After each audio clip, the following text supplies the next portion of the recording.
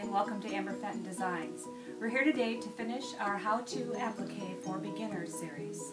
Today we're going to be working on tips and tricks on the appliqué stitches that will be useful in the machine appliqué process. So let's get to the machine. Okay, so we're at our machine. There are a couple of different stitches that I use to do machine appliqué. One of them is the buttonhole stitch and one of them is the free motion stitch. It depends upon the look that I want to get on the finished project, but most of my machine appliqué is done using the buttonhole stitch. So I play around with the buttonhole stitch on my machine and I determine what length and what size, what width and length I want to have for my buttonhole stitch. I use this size for almost 80% of the appliqué I do. If I have a really small piece that I don't want to do free motion on, I might change my stitch to something a little bit smaller, but that's as small as I'm ever going to use. I can't really tell you what size that stitch is because every machine is different. So when we were working on series 1 through 3 for the beginner appliqué, the tracing and fusing, we were working on Rudy Comes Calling. It was a table runner. This is Rudy Comes Calling, a placemat. So this is the piece that we're going to work on today as we do some of our stitching. But one thing that I recommend for everybody, unless they've been doing buttonhole stitching recently, is to take a practice piece. Just cut out circles and squares, triangles, or just make some simple design like this. And then I tell them to go ahead and practice on that. If you mess that up, it's not going to be anything critical. The one thing I like to tell people in order to do the best job of appliqué is to get to know your machine, which is why I recommend a practice piece. If it's been a while since you've last done it, you might forget what your machine is doing.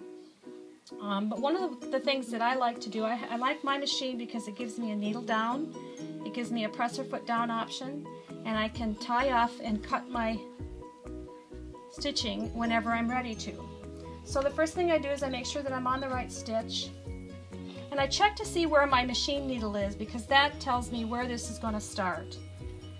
I've been doing this for a while, so I know exactly what to expect, but again, if you've taken any kind of break from it, you're going to want to practice.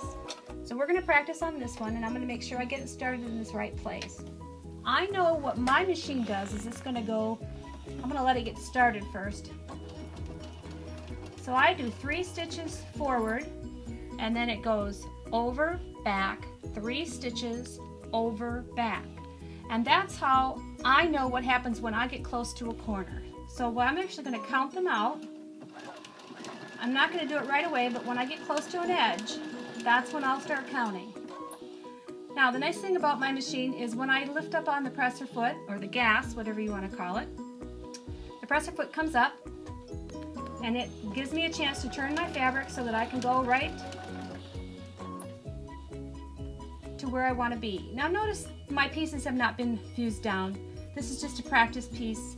I'm used to doing it, so I don't worry too much about fusing them down. But if you were practicing on your own and it's been a while, you might want to fuse your pieces down.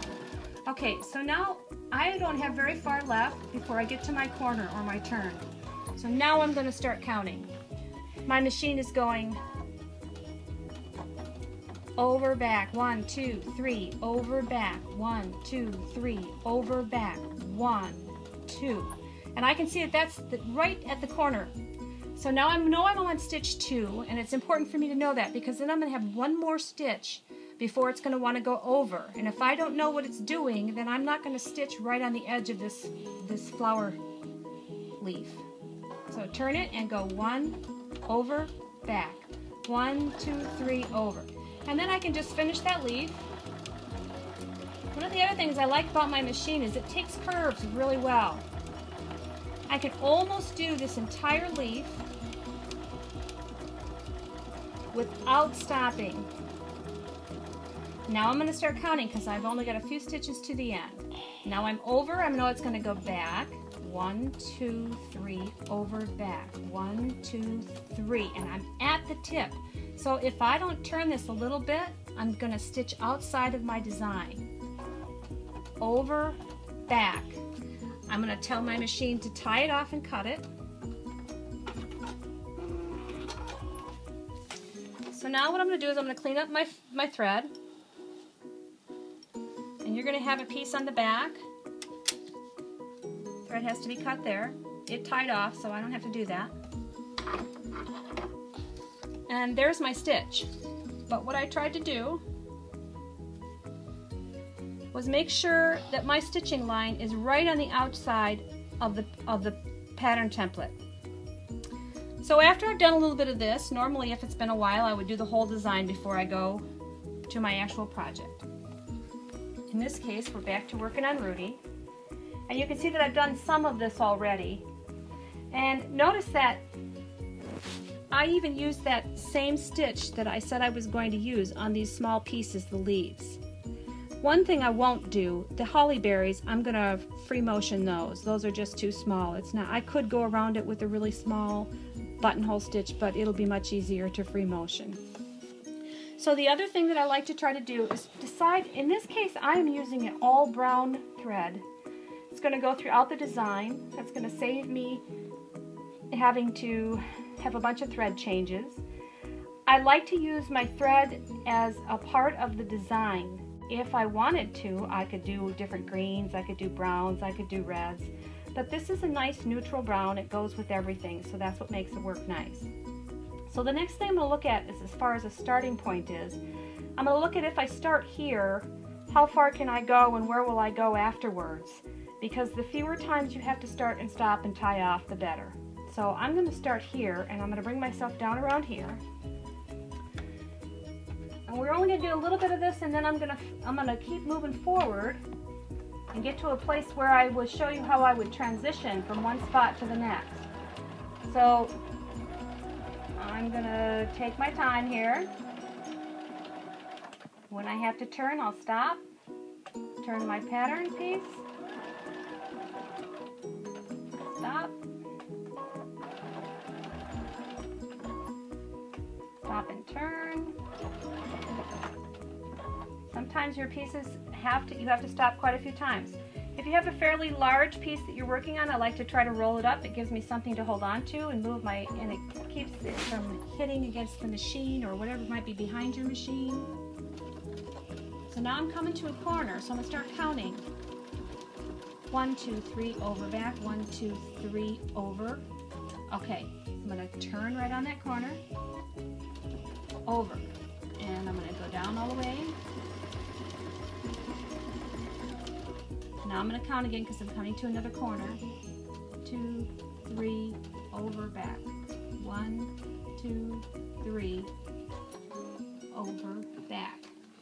And I took one stitch to get myself right into that corner, and now I'm going to turn.